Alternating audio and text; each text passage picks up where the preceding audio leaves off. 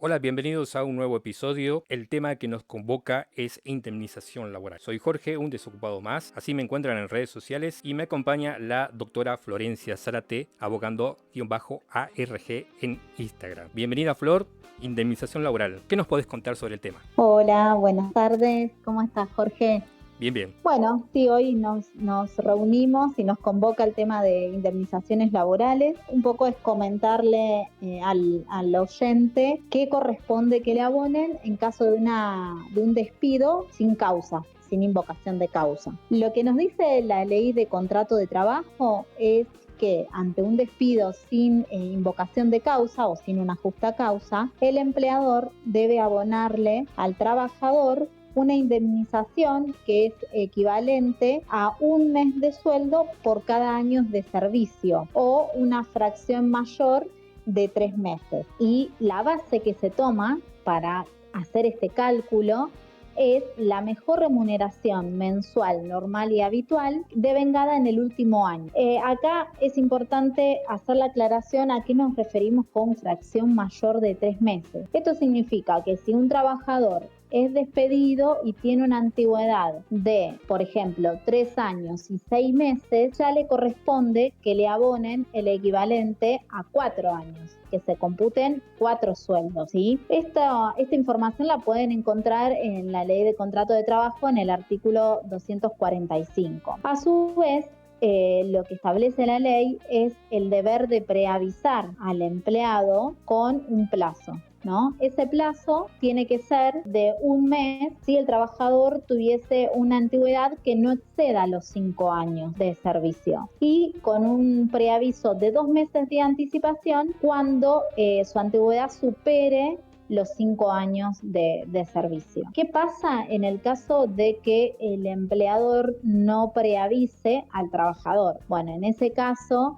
deberá abonar una indemnización sustitutiva, por preaviso se llama, que básicamente consiste en equivalentes de sueldo. Por ejemplo, si el trabajador despedido tuviese una antigüedad mayor a 5 años y no se lo preavisa, bueno, deberá pagar el empleador una indemnización sustitutiva de 2 meses, equivalente a 2 meses. Y si ese trabajador tuviese una antigüedad inferior a los 5 años, tendrá que pagar una indemnización sustitutiva por preaviso que equivale a un mes. A su vez, el empleador también tiene que abonar en concepto indemnizatorio lo que se llama integración de la indemnización con los salarios del mes de despido. Es decir, si el trabajador lo despiden un día 15, el empleador deberá abonar los días trabajados, que serían esos 15 días del mes, con más los días que falten para cubrir el mes entero. Si lo despiden, por ejemplo, en el mes de julio, que tiene 31 días, bueno,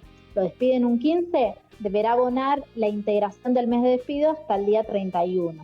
Es decir, que tiene que cobrar el sueldo entero en la práctica del trabajador. Y a su vez a estos rubros que ya nombramos, que son, vamos a repetir, la antigüedad, el preaviso omitido y la integración del mes de despido, se le suma también los proporcionales de SAC y vacaciones. Recordemos que cuando hablamos de SAC es lo que antes se llamaba aguinaldo, que se cobra semestralmente. Bueno, si lo despiden, deberán pagarle el proporcional del semestre trabajado, ¿no? Y lo mismo las vacaciones omitidas sería ese rubro. A todos estos rubros que recién nombramos, es importante que el trabajador conozca también la obligación que tiene el empleador de entregarle la certificación de servicios, el certificado de trabajo sería. Si el empleador no lo entrega, el trabajador tiene que intimarlo. Si luego de intimado el empleador igualmente no extiende el certificado de trabajo, le corresponde pagar una multa, que es el equivalente a 3 sueldos. Esto es importante tenerlo en cuenta porque el empleador tiene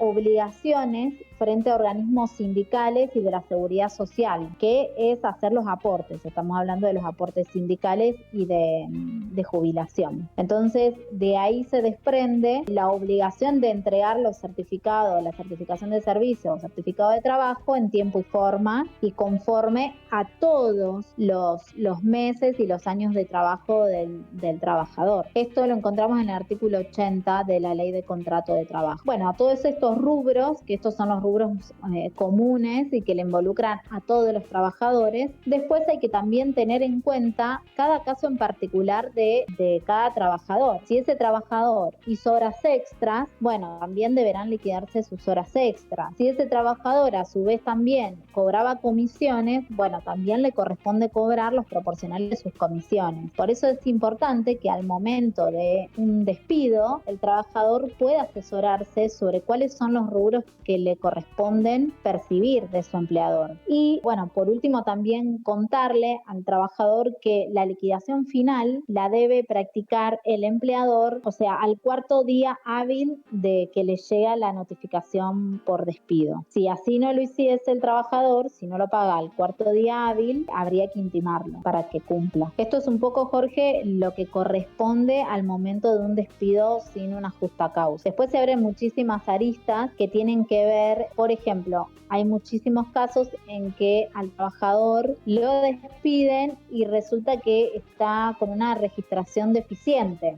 Significa que trabaja jornada completa, pero está registrado por media jornada. Bueno, en ese caso es importante que el trabajador se asesore para cobrar una indemnización como corresponde a su jornada completa y también que se asesore sobre qué intimaciones debe cursar al empleador por esa registración deficiente. Por eso cada caso es particular, o sea, el trabajador no se debe guiar por lo que le pasó a su vecino, a su primo, a su tío, porque todos van a cobrar de manera diferente de acuerdo a la contratación que tenga. Entonces siempre... Lo mismo ocurre... Sí, perdón. No, te decía, le comentamos a los oyentes que recuerden siempre que ante todo caso siempre es mejor una asesoría laboral, siempre, en todo lo que son despidos, indemnizaciones, siempre ante cualquier duda y ante cualquier sospecha, siempre tienen que por lo menos una consulta a algún profesional. Sí, tal cual. Sí, es importante eso también para conocer. Uno hace la consulta del profesional para conocer cuáles son sus derechos. Después decide si quiere accionar y si quiere intimar para hacer valerlos o no, o se queda en la posición en la que se encuentra. No hay una obligación de intimar a su empleador, pero sí ser conscientes de cuáles son los derechos que le asisten, de conocerlos para tomar decisiones en base a eso. Pero también hay que pensar por qué hay o puede haber personas que no quieran intimar al trabajador, al empleador. Muchas veces ocurre que por miedo a que no sé, a represalias, de que no lo puedan tomar en otro trabajo, a veces no realizan las denuncias correspondientes. Exactamente, eso pasa muchísimo. El temor que tienen algunos empleados a iniciar acciones legales contra sus ex empleadores por el miedo de incurrir en esto de que el empleador suele decirles no, yo voy a dar malas referencias tuyas o la típica que he escuchado mucho, de acá no vas a encontrar otro trabajo en la ciudad de Bariloche, eso es muy típico, o también el miedo por ser algunos empleadores, obviamente esto no pasa siempre, pero suele pasar de ser violentos algunos empleadores, verbales.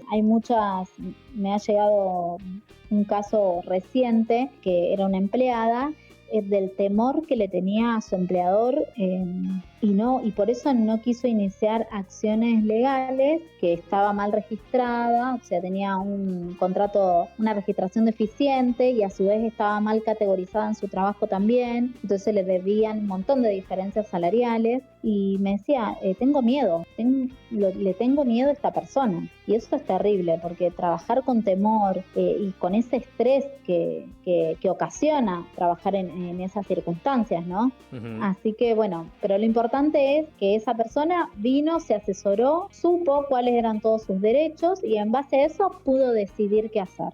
¿Qué más nos podés contar de lo que es indemnización, sobre la indemnización laboral? ¿Qué cosas se desprenden o qué situaciones se desprenden de la indemnización laboral que también le puede llegar a servir a aquel que está escuchando, aquel que esté pasando por esta situación de que tiene que cobrar su indemnización laboral y no sabe por dónde empezar? Bueno, muchas veces lo que suele ocurrir con el trabajador que no está registrado, tan negro, lo que suele ocurrir es lo siguiente: viene a la oficina, se asesora sobre cuáles son sus derechos, sobre cómo debe accionar. Comúnmente los trabajadores que llegan a la oficina es después de hablar e insistirle a su empleador de la necesidad de estar con su trabajo registrado, ya sea por la obra social, por sus aportes jubilatorios o por la cobertura de ART que muchos trabajadores la necesitan. Entonces, cuando llegan a la oficina, por lo general ya han tenido un diálogo previo con su empleador y bueno, algunos le dicen no, por el momento no te puedo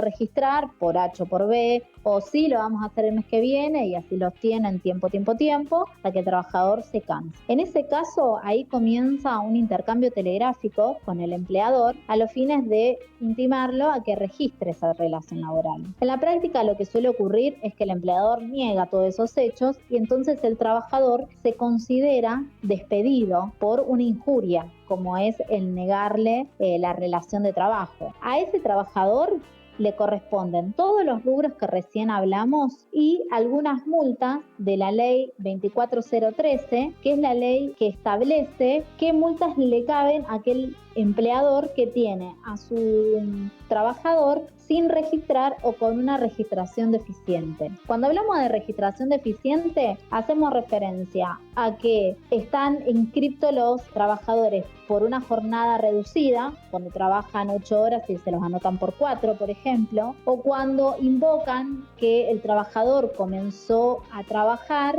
por ejemplo, un 1 de agosto, cuando en realidad empezó a trabajar 6 meses antes, es decir, la fecha de ingreso es errónea. Y también hay una registración deficiente cuando inscriben al trabajador en una categoría inferior a la que en realidad está trabajando. Entonces, esos casos son los de registración deficiente. Y la ley 24013 establece, esta obligación de intimar al empleador a que lo registre como corresponde. Si no lo hace, le caben multas al empleador. Y lo que dice esta ley es que la indemnización es equivalente a la 1/4 parte del importe de las remuneraciones devengadas desde la fecha real de ingreso del trabajador. Es decir, que a la indemnización por antigüedad que hablamos hoy de la ley de contrato de trabajo del artículo 245, que equivale a un sueldo por cada año de servicio, a esa indemnización hay que sumarle un 25% por haberlo tenido registrado deficientemente o sin registrar. Esta es una de las multas que le caben al empleador que tiene a sus trabajadores mal registrados. También hay otra ley que impone multas y esta ley es la ley 25323, que habla de un agravamiento indemnizatorio por incumplimiento del empleador. Y en este caso, lo que nos dice la ley es que también son incrementadas al doble todas las indemnizaciones por antigüedad y por preaviso omitido e integración del mes de despido, de las que hablamos hoy. Por eso yo, cuando comenzamos a hablar de este tema, digo, vamos a hablar de la indemnización por despido sin causa, pero después se abren un montón de aristas, como esta que estamos hablando, del trabajador registrado deficientemente o sin registrar, que a su vez se le suman estas multas de ley que estamos hablando. No sé si se entendió, si por ahí es una mezcla de multas y artículos, pero lo importante de todo esto es al trabajador darle un pantallazo de los derechos que le asisten y en todo caso que se asesore, que tenga una entrevista con un abogado o una abogada que se dedique al derecho laboral para que pueda explicarle en el caso en concreto todos los derechos que le asisten, ¿no? Todos los rubros indemnizatorios que su empleador le adeuda. Ya saben, consultar con un profesional, y si la quieren consultar a Flor por redes sociales la pueden encontrar como abogando-ARG. Ella tiene así su Instagram. Estamos hablando obviamente para todos aquellos obviamente que están escuchando, porque como estamos en YouTube también están en imagen y la pueden ver a ella, Florencia Zárate, y allí abajo tiene su dirección de Instagram. A nosotros nos encuentran como Busco Trabajo en BRC. ¿Quedó algo más para poder charlar sobre indemnización laboral, Flor? No, esto es lo más importante y están todos los rubros detallados en la explicación. Y después, como recién dijimos y lo reiteramos, la asesoría en el caso en particular para ver qué rubros le corresponde reclamar al trabajador, ¿no? Muchas veces cuando el trabajador está anotado en una categoría inferior, se desprenden de eso diferencias salariales, ¿no? Que mes a mes se van devengando y adeudando. Entonces, por eso también es importante. Nosotros lo que vamos a hacer a continuación es responder algunas consultas que nos llegan a través de las redes sociales. En este caso, recuerden, nosotros siempre estamos subiendo la cajita de preguntas en Busco Trabajo en BRC, allí nos encuentran. Y con respecto a este tema y otros temas laborales, una de las consultas nos llegaba y nos decía: ¿cómo exigir indemnización con una relación laboral informal? Bueno, esto es lo que recién charlábamos, ¿no? Hay que hacer una intimación mediante un telegrama laboral al empleador solicitando la correcta registración. Eso es, por ahí se empieza. Es muy importante que esta persona se asesore sobre cómo iniciarlo y sobre todo que deje la redacción del telegrama laboral a cargo de un profesional, porque me ha pasado también muchas veces que por ahí el trabajador intenta redactar esta intimación y no. Es muy importante citar las leyes y los artículos que así lo establecen. Otra de las consultas que nos llegan es: si renuncio, ¿liquidan? Cuando renuncia, si le corresponde una liquidación, sí, ¿esa es la pregunta? Sí, exactamente. La pregunta sería: si renuncio, ¿liquidan? Claro, ahí en el caso de renuncia no corresponde la indemnización por despido.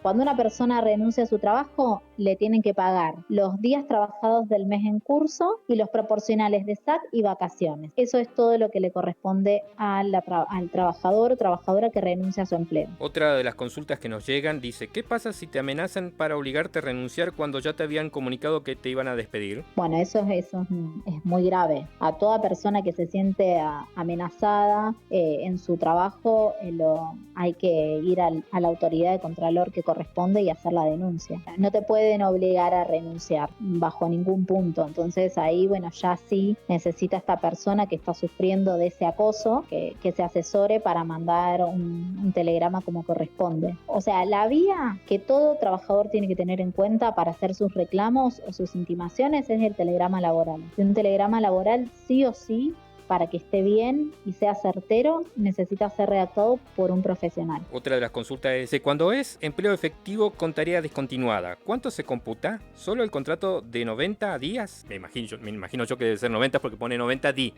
y sería 90 días. Ahí está hablando de un trabajador de temporada, ¿sería? Porque se habla de prestaciones discontinuas. Sí, imagino yo que debe ser de trabajador por temporada, sí, está hablando. Sí, exactamente. En el caso de los trabajadores por temporada, bueno, nosotros ya hemos grabado sobre este tema. Ellos, si bien les corresponde cobrar las indemnizaciones igual que un trabajador por tiempo indeterminado, ahí lo que establece la ley es que si el despido se hace estando en temporada, o sea, activo, además de todas las indemnizaciones que cobra un trabajador normal, le corresponde cobrar un daño y perjuicio. Eso también es importante que se asesore porque ahí hay que invocar cuál es el daño y perjuicio. Eso lo establece la Ley de Contrato de Trabajo en el artículo 95 y que también se hace extensivo este artículo para los trabajadores a plazo fijo, aquellos que firman un contrato de trabajo a plazo fijo. Además de todas las indemnizaciones de ley que recién hablamos, le corresponden también un daño y perjuicio, un reclamo por daños y perjuicios por despedirlo en temporada o despedirlo durante la vigencia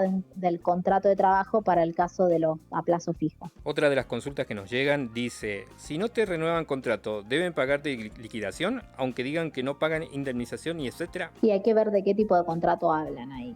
Si firmaste un contrato a plazo fijo y se venció el plazo establecido ahí, se terminan las obligaciones para ambas partes. Pero bueno, hay que evaluar cada caso en particular, porque muchas veces, y lo hemos visto, hay empleadores que tienen a plazo fijo a sus empleados y se termina el contrato, la vuelven a emplear por el mismo, o sea, vos no podés estar renovando indefinidamente un contrato a plazo fijo, porque estás haciendo fraude de la ley también, no es para eso el contrato a plazo fijo. Bien. Eso en modalidades contractuales, cuando tuvimos la charla, lo estuvimos tratando. Sí, ya saben ustedes que están escuchando, si es que llegaron por primera vez a esta grabación, a este podcast, de ir al primero, donde charlamos contratos laborales, y allí les contamos los diferentes contratos, de todas las charlas que tenemos, entre todas las grabaciones le contamos que hacemos recortes de los principales bloques, y bueno, también pueden encontrar solamente ese corte donde solamente van a escuchar sobre contratos laborales. Nos llegó otra consulta y nos dice: trabajé 12 días de eventual y sigo aún contrato 2 meses después, pero sin paga. ¿Qué onda? No, ahí hay que intimar, sobre todo si no abonaron todavía ese dinero. Ahí hay que intimar por telegrama, hay que ver bien la categoría de eventual, si corresponde o no a las tareas que prestó esa persona, si necesita una evaluación con muchos más datos de lo que acaba de dar la trabajadora o el trabajador. Que por lo general siempre le decimos a los oyentes que cuando te van a tomar por eventual o lo que sea en el contrato que vos firmás, porque deberías firmar un contrato, una relación contractual, se trata de eso, debería decir ahí en calidad de qué te están tomando y cuánto debería ser el tiempo determinado, ¿no? Flor, si me equivoco, ¿es así? Sí, es así, sí, todos esos datos y los requisitos de cada modalidad contractual los estuvimos viendo y tratando en la primera charla que tuvimos, entonces es importante que los oyentes y particularmente esta persona que nos está haciendo la consulta, que vaya a esa charla que tuvimos, que le va a servir, le va a ser muy enriquecedora para sacarse las dudas. Y obviamente, si ella él cree que tiene que reclamar algo, que se asesore para que un profesional pueda evaluar su caso. Tenemos otra consulta que nos llega a redes sociales y nos dice: pasé los 6 meses como eventual, sigo trabajando en la empresa. ¿Cómo sigue? Aún no renové nada. No, muchas veces, esta es una pregunta también que hacen. El trabajador por tiempo indeterminado no hay obligación de firmar un contrato físico, sino lo importante de un trabajador por tiempo indeterminado es el alta que se le dan a AFIP o el cambio de categoría, sería de modalidad. Entonces sería importante ver cómo le están liquidando a esta persona y si le hicieron la modificación en AFIP, claro, de su relación laboral. A ver, si pasó los 6 meses, ya digamos que de eventual no tiene nada, que debe ser que ya encima superó el periodo de prueba y que ya es ese trabajador fijo. Si esa es su duda, esta sería la respuesta. Debería tomarse como un trabajador por tiempo indeterminado, ¿viste? Pero bueno, hay que ver puntualmente qué es lo que le dijeron en su trabajo, cómo le estuvieron liquidando el sueldo, ¿viste? Muchas veces la categoría que le ponen en su recibo de haberes despeja dudas que uno tiene, y sobre todo indagar en AFIP cómo está la registración de ese contrato. Sí, está bueno eso. Después en algún momento iremos a dar una charla de cómo registrarse en AFIP y de qué sirve, porque también llegan muchas dudas sobre eso también, cómo registrarse en AFIP, para qué sirve tener los datos en AFIP, la historial laboral que uno puede conseguir a través del ANSES también, todas esas cosas por ahí. Tal cual. A personas comunes que estamos más entregados al sistema, se nos es más fácil, pero hay personas que por ahí esta cuestión, hasta lo más básico de tener que abrir una cuenta en Gmail cuesta. Entonces, como les cuesta eso, imagínate lo que debe ser entrar en el mundo de AFIP, por más que el Estado se proponga hacerlo más fácil, estén renovando constantemente la página, se crearon una aplicación que se llama Mi AFIP, todo para que sea más amigable a las personas, pero a veces por más amigable que sea, a veces... Sí, tal cual. Hay muchos instructivos de AFIP para poder utilizar el portal, viste, que sea más intuitivo. De hecho se está intentando eso, pero bueno, viste, es un universo entrar en el portal de AFIP, hay mucha información, hay hay muchos datos y está bueno que el trabajador en relación de dependencia sepa cuál es la ventanita que tiene que abrir para poder ir chequeando si le hacen los aportes, desde cuándo está dado de alta. Bueno, hay algunos datos que lo pueden visualizar de ahí. Recordemos que la obligación de dar el alta en AFIP cuando sos un trabajador en relación de dependencia es una obligación del empleador. Eso lo hace el empleador, no el empleado. Claro. Entonces, bueno, el empleado puede hacer de verificador, digamos, si se quiere, de cómo está su vínculo laboral ahí plasmado. Sería de tipo de fiscal. Uno puede ser fiscal de su propio empleador, ¿puede ser? Sí, tal cual, podés chequear la información. De hecho, yo lo que suelo pedir en las entrevistas es que chequeen el historial de aportes, que vos lo podés ver a través de AFIP o a través de ANSES. Es muy importante eso para saber si te están haciendo los aportes de ley que corresponden, ¿no? Tanto jubilación, obra social y sindicatos. Otra de las consultas que nos llegaban, ¿qué hacer si tus jefes se comunican con tu nuevo empleador a decirles que no podés dejar el trabajo actual? Bueno, no hay obligación o sea, un empleador no lo puede obligar al trabajador a seguir en la relación si no quiere. Eso olvídate. No, me parece una locura, pero bueno, ya estoy acostumbrada a escuchar cada cosa que digo, por favor, no, si un trabajador no quiere seguir en la relación laboral, es libre de desvincularse. Bien, ya saben todos ustedes que nos están escuchando que si, por ejemplo, quieren y les interesa que en algún momento toquemos el tema de la FIP, de ANSES, ya saben, lo dejan en comentarios en YouTube, lo pueden dejar en comentarios y nosotros, o como dicen habitualmente ahora en YouTube, si este video llega a más de 100 likes, ya, yo no pido 100.000, yo pido 100. Si este video llega a más de 100 likes, hacemos con Flor un instructivo bien, con imágenes bonitas de cómo inscribirse en la FIP y demás temas relacionados, cosa que con Flor ya hemos hecho unas charlas en vivo y en directo. Estuvimos en el Instituto Ateneo dando charlas de lo que es monotributo social, inscripción de la FIP, así que bueno, si realmente están interesados en que hagamos ese instructivo, ya saben, le dan un like a esta charla y si llegamos a superar esa meta, no pido mucho, 100 likes y hacemos ese video. Bueno, hemos terminado con las consultas que nos llegan a las redes sociales y nosotros vamos a charlar ahora.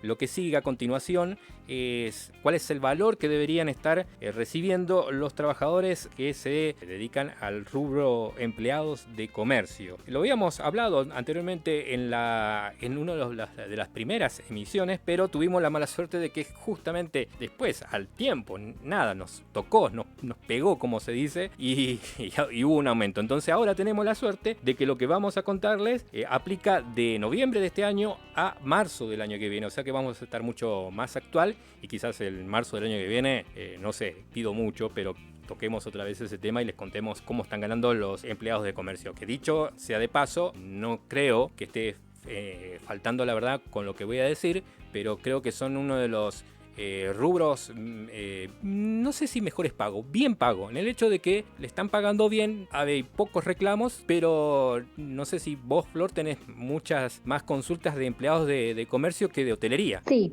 hay de los dos, igual viste que acá en Bariloche son dos rubros que hay mucha cantidad de trabajadores en ambos rubros. Entonces, las consultas más frecuentes son de, tal cual vos dijiste, de esos dos ámbitos, de esos dos sindicatos, digamos. Para aquellos que quieran saber o van a empezar a trabajar en el rubro empleados de comercio, nosotros vamos a contarles en un amplio aspecto de algunas categorías más importantes y cuánto deberían estar ganando en este mes, noviembre, hasta marzo del año que viene. Así es. Bueno, como sabemos, Empleados de Comercio firmó varias actualizaciones, aumentos de sueldo a lo largo de este año, sobre todo conociendo los índices inflacionarios mes a mes. Este aumento que van a tener de noviembre a marzo del 2023 es un aumento del 59,50% aumento y como sabemos está planteado en un básico más un aumento que es no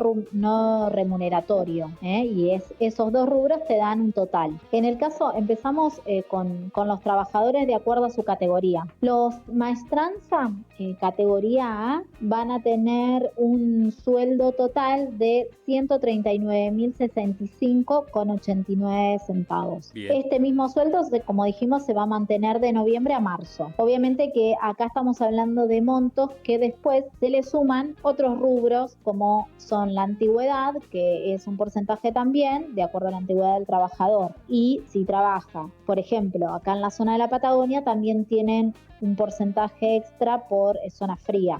¿Sabés cuánto Yo más? estoy dando los montos básicos. Bien, justo te iba a preguntar cuánto le corresponde por zona fría, si alguien tuviera que calcular más o menos cuánto es el porcentaje acá en Bariloche. Pero sí. Mira, creo que acá en Bariloche no estoy 100% segura, pues se me mezclan entre los distintos convenios colectivos de trabajo, pero si mal no recuerdo es un 30%. O sea, varían de acuerdo a los convenios colectivos de trabajo en todos los diferentes sindicatos, ¿no? Depende de entre un 20 y un 30% se le aplica a la zona fría, ese porcentaje. Hay que chequearlo en el convenio colectivo de trabajo que le corresponde a la actividad de cada trabajador, pero en términos generales varía entre un 20 y un 30. Esa es información para todos los trabajadores en general que trabajan acá en la zona de la Patagonia. Van a tener ese porcentaje extra por zona fría. Bueno, siguiendo con la escala salarial, el maestranza B, categoría B, cobra también 139.468,41. Como puedes ver, entre uno y otro hay muy poca diferencia entre una categoría y la otra. Estamos hablando siempre dentro de maestranza, ya dijimos el A, el B, ahora vamos a maestranza C, que tiene un sueldo de 140.878,77.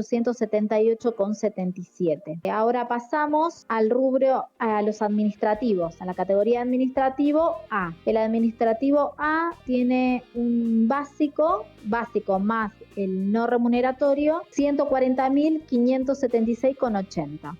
Esto es el básico más el aumento no remuneratorio. Administrativo B tiene un básico más no remuneratorio de 141.181,68. Y el administrativo C, 141.786,09. Administrativo D, el aumento es de 143.599,89. Y el administrativo E, 145.110,92. Administrativo F, 147.327,66. Todos recordemos que para saber en qué categoría estás, lo ideal es mirar el recibo de haberes.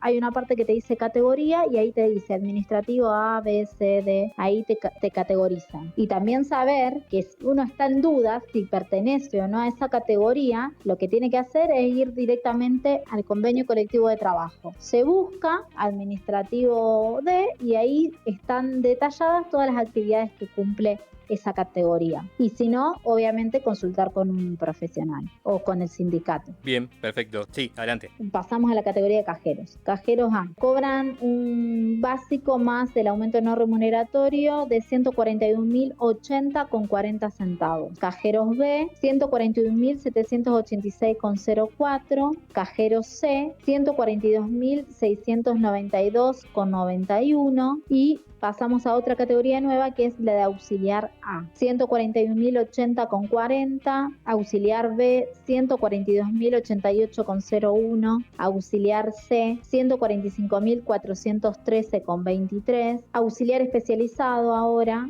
es auxiliar especializado A, tiene un aumento del básico más el aumento no remuneratorio de 142.290,03, auxiliar especializado B, 144.103,46.